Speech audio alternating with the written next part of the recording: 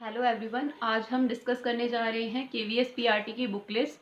तो KVS PRT का syllabus मैं पहले वाले वीडियो में डिस्कस कर चुकी हूँ। अगर आपने नहीं देखा है तो पहले उसे देख लीजिएगा, आपको समझ में आ जाएगा कि केवीएस पीआरटी में क्या क्या सिलेबस में आता है। तो सबसे पहले जो केवीएस पीआरटी का सिलेबस है वो दो पार्ट्स में डिवाइडेड है, पार्ट 1 एंड पार्ट 2। जो पेपर है हमारा वो 2 पार्ट्स में, पार्ट 1 एंड पार्ट 2। तो आपका पार्ट 1 जो है, पार्ट 1 में है आपका लैंग्वेज कम्पिटेंसी।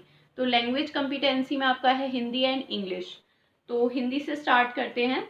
हिंदी में आप हिंदी के लिए ल्यूसेंट की हिंदी की बुक आती है, आप उसे रेफर कर सकते हैं। अदरवाइज आपके पास कोई आपने 10th लेवल तक हिंदी पढ़ी होगी, तो अगर आपकी कोई हिंदी की बुक रखी है या किसी कम्पिटेटिव लेवल की जिसमें हिंदी आई हो और आपने परचेज कर रखी हो, तो आप उसे भी रेफर कर सकते हैं। फिर आपका आता है सेकंड इंग्लिश। इंग्लिश के लिए मैं सजेस्ट करूंगी आप प्लेन टू पैरामाउंट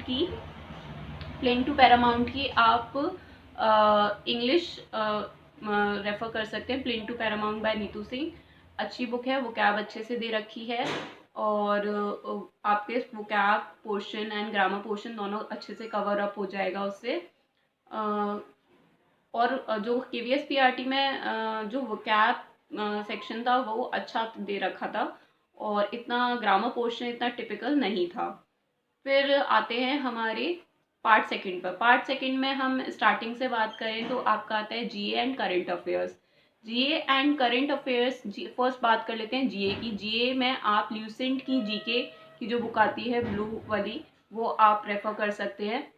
उससे पहले एक रीडिंग ले लीजिए उसकी, उसके बाद उसे लर्न करना स्टार्ट कीजिए। लर्न तो वैसे वो होगी नहीं आपको, आप उसकी एक रीडिंग, 2-3 रीडिंग अगर ले लेंगे तो आपके 50-60% उसके क्वेश्चंस आपके दिमाग में, मतलब उसकी जो वो है वो दिमाग में सेट हो जाएगा। और उसके अगर आपको अपनी नॉलेज को वो टेस्ट करना है कि आपको कितना है, तो एक ल्यूसेंट की क्वेश्चंस की भी बुक आती है, ल्यूसेंट जीके की, आप उसको लेकर क्वेश्चंस लगा सकते हैं तो आपको पता चल जाएगा कि आपको कितना रिटेन हो चुका है। फिर आते हैं करंट अफेयर्स पे। करंट अफेयर्स के लिए मैं सजेस्ट करूंगी कि आप कोई बुक ना लें, और अगर बुक लेनी है तो प्रतियोगिता दर्पण ले सकते हैं या घटना चक्र ले सकते हैं, या आप स्पीडी की बुक आती है एक, वो ले सकते हैं। और मेरे अकॉर्डिंग अगर आप बुक नहीं लेंगे तो और भी अच्छी बात है, आप कोई भी एक यूट्यूब चैनल जो आपको पसंद हो, जिसके आप मतलब बोरिंग ना लगता हो, जिसका वे ऑफ टीचिंग, आप उसके यूट्यूब चैनल को फॉलो कर सकते हैं करंट अफेयर्स के लिए। और उसका डेली बेसिस पर और मंथली बेसिस पर उसके करंट अफेयर्स से आप कर सकते हैं। और कितना केवीएस पीआरटी के लिए आपको मैक्सिमम 6 to 8 मंथ्स तो आपको करंट अफेयर्स करना चाहिए। और अगर आप पर टाइम है तो आप 1 ईयर का करके जाएं तो एक सेफ साइड होगा। फिर आते हैं आपका आपका है सेकंड रीजनिंग। रीजनिंग जो पार्ट सेकंड में रीजनिंग है, रीजनिंग आप सभी के पास होती है वैसे तो अरिहंत पब्लिकेशन की, अगर नहीं है अरिहंत पब्लिकेशन की तो अरिहंत पब्लिकेशन की आप रीजनिंग की बुक ले सकते हैं। उसमें काफ़ी बेसिक लेवल से दे रखा होता है रीजनिंग, आपके समझ में आ जाएगी इजीली। और हिंदी एंड इंग्लिश दोनों लैंग्वेजेस में आती है रीजनिंग की बुक, आप किसी भी लैंग्वेज में ले सकते हैं। और रीसेंट जीके भी आपकी दोनों लैंग्वेजेस में आती है, हिंदी एंड इंग्लिश, जिसमें आप कंफर्टेबल हो उसमें आप उसे परचेज कर सकते हैं। फिर आपका आता है रीजनिंग के बाद आपका आता है जो कंप्यूटर है, कंप्यूटर आता है। कंप्यूटर के लिए आपकी 10 क्वेश्चंस आएंगे कंप्यूटर के, इतना हार्ड एंड फास्ट नहीं है। आप कंप्यूटर के लिए क्या कर सकते हैं कि या तो आप किसी यूट्यूब चैनल को फॉलो कर लीजिए जो कंप्यूटर की तैयारी करा रहे हो कॉम्पिटिटिव लेवल के लिए। अदरवाइज आप क्या कर सकते हैं कि ल्यूसेंट की ही कंप्यूटर की जो बुक आती है वो आप परचेज कर लीजिए। और मैं ये जितनी भी बुक्स बता रही हूँ उन सब की मैं जो फ्रंट पेजेस हैं वो इस वीडियो के साथ मैं लगा दूँगी, और लिंक भी प्रोवाइड कराने की कोशिश करूँगी जिससे आपको ज़्यादा मतलब प्रॉब्लम ना हो कि कौन सी वाली लेटेस्ट या वो। और मोस्टली लेटेस्ट ही आप लीजिए, कोई भी अगर न्यू बुक ले रहे हैं तो वही सही है। और उसके बाद आपका आते हैं पेडागोजी पर। पेडागोजी आपकी 20 मार्क्स की आएगी। तो पेडागोजी के लिए आप अग्रवाल की एग्ज़ाम कार्ड की बुक रेफ़र कर सकते हैं, अच्छी है, मैंने उसके रिव्यूज़ देखे हैं। और बहुत अच्छे रिव्यूज़ हैं उसके, और एक दो लोगों से मुझे पता भी चला है कि वो अच्छी बुक है KVS एंड NVS की पेडागोजी के लिए, जिसमें आपका चाइल्ड साइकोलॉजी के अलावा टीचिंग एप्टीट्यूड भी अच्छे से दे रखा है। फिर उसके बाद आते हैं आपका सब्जेक्ट कंसर्न, जो सबसे ज़्यादा आपके मार्क्स गेन करेगा। 80 मार्क्स का है subject concern, and subject concern में एक किसी स्पेसिफिक मैथ या साइंस से नहीं है, उसमें आपका जो SST है वो भी आपका उसमें आएगा अलग से, और सेंसेक्स वगैरह है, जो कुछ स्पेसिफिक चीज़ें हैं वो भी आपकी उसमें आ सकती हैं।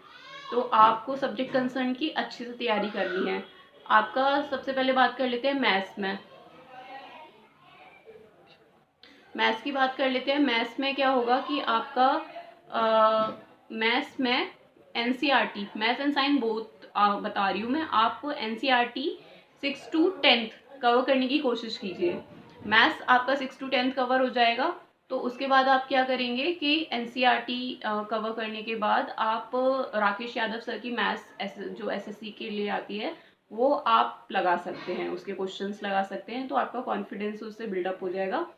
फिर उसके बाद है साइंस। साइंस के लिए आप क्या कर सकते हैं, NCERT 6 to 10 करिए, उसके साइंस एग्जाम्पलर जो होती है वो उसके क्वेश्चंस लगाइए, और फिजिक्स पर थोड़ा ज़्यादा फोकस कीजिए, बिकॉज फिजिक्स के क्वेश्चन ज़्यादा देखने को मिले थे प्रीवियस ईयर में।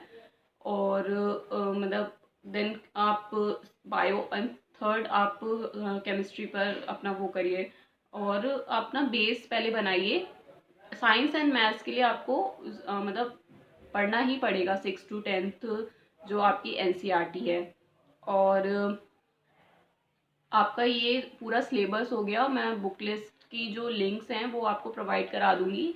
और मैं कुछ कहना चाहती हूँ इस वीडियो के माध्यम से कि ये वीडियोस जो बनाए जा रहे हैं ये स्पेशली, मतलब ऐसा नहीं है कि इसमें मतलब मेरे को है ना टीचिंग का बहुत मतलब मुझे टीचिंग करना पसंद है, और मैं काफ़ी सोच रही थी कि मैं कोई मतलब कोचिंग जो होती है वो ज्वाइन कर लूँ टीचिंग के लिए, लेकिन वो मुझे इतना अच्छा मीडियम नहीं लगा, क्योंकि वो खुद आजकल मोस्टली लोग जो ऑनलाइन टीचिंग का ट्रेंड है, तो वो वहाँ जाके टीचिंग करने से बेटर मुझे लगा कि मैं अपने कंफर्ट जोन में अपने घर से अच्छे से एक्सप्लेन कर सकती हूँ, अच्छे से टीचिंग जो भी मुझे पढ़ाना है, जो जितना मेरे पास टाइम है जॉब के साथ मैं वो कर सकती हूँ। तो मैंने इसलिए ये यूट्यूब का एक मीडियम मैंने सोचा, और जो भी मतलब जो मैं करना चाहती हूँ लाइफ में, जो मतलब होता है एक कि जब आप कहीं सिलेक्ट हो जाते हो तो फिर आप सोचोगे आगे क्या, तो आगे मतलब अपना मतलब ये है कि किसी और के लिए भी आप कुछ कर पाओ। तो मोस्टली ये है कि जो B.Ed सेकेंड ईयर है या BTC सेकेंड ईयर है, तो उस तक आप ये वीडियो, अगर आप कोई ऐसा पर्सन है जो मतलब टीचिंग नहीं कर मतलब टीचिंग फील्ड में नहीं है, लेकिन अगर आप ये वीडियो देखते हैं तो आप उसको शेयर कर सकते हैं, तो उसके लिए हेल्पफुल हो सकता है ये वीडियो। तो आप उसको प्लीज़ शेयर कीजिए, जो जैसे B.Ed सेकेंड ईयर में है या BTC सेकेंड ईयर में है। तो मैं चाहती हूँ कि उनको क्या होता है कि स्टार्टिंग में हमें सिर्फ अपने जो अ, जो अपना जो हमारे एग्ज़ाम्स की हमें टेंशन रहती है कि अरे एग्ज़ाम्स आ गए अब पढ़ना है हमें, लेकिन B.Ed हो गया, BTC हो गया, फिर क्या आपकी डिग्री बेकार जाएगी? तो आपकी डिग्री बेकार नहीं जानी चाहिए, डिग्री कोई भी हो बेकार नहीं जानी चाहिए। ये ऐसा मेरा मानना है कि अगर आपने हाई स्कूल किया है तो आपको हाई स्कूल तक की नॉलेज होनी चाहिए, और उस फील्ड मतलब हाई स्कूल तक के लिए जो जॉब अवेलेबल है, या आप कोई स्किल सीख सकते हैं हाई स्कूल के बाद। अगर आपने इंटर किया है तो आप इंटर तक की जॉब्स के लिए अप्लाई कर सकते हैं। तो मतलब अगर आपने एजुकेशन ली है, अगर आप एजुकेटेड हो, तो आप एजुकेशन की तो आप एजुकेटेड पर्सन क्या है हमारे इंडिया में उसकी मैं किसी और दिन जिक्र करूंगी, लेकिन अगर आप समझते हो कि आप इतने एजुकेटेड हो तो आपको उस एजुकेशन को उतना रिफ्लेक्ट करना ज़रूरी है। ठीक है, कंट्री में जो हमारे देश में कंट्रीब्यूशन है उसका आपकी मतलब आपकी एजुकेशन का क्या कंट्रीब्यूशन है। अगर आप इतनी डिग्रियां लेके और फिर हाउसवाइफ बन गए, या आपने बिजनेस स्टार्ट कर लिया, हाँ लोग बहुत अच्छी अच्छी डिग्रियां लेते हैं और फिर बिजनेस स्टार्ट करते हैं। तो डिग्री लेने के लिए मैं समझती हूँ कि मतलब बिजनेस स्टार्ट करने के लिए डिग्री मतलब लेने की ज़रूरत नहीं है। हाँ टेक्नोलॉजी फील्ड में है, बट आजकल जो बहुत ही मतलब कम एजुकेटेड लोग हैं, वो भी अपना बिजनेस बहुत सक्सेसफुली डेवलप कर लेते हैं और ज़्यादा एजुकेटेड नहीं कर पाते। तो ये सब स्किल का मैटर है। हालांकि इन सब बातों को छोड़ते हैं, लेकिन मेरा ये है कि आप प्लीज़ मेरे चैनल को शेयर एंड सब्सक्राइब करिए, जिससे मैं आगे मतलब और मेरे को पढ़ाने में मोटिवेशन मिले। और जो मेरी मतलब कि एक वो थी कि मुझे मतलब टीचिंग करनी है, तो वो मेरी जो स्किल है वो भी मेरी डेवलप हो सके। So thank you, please subscribe and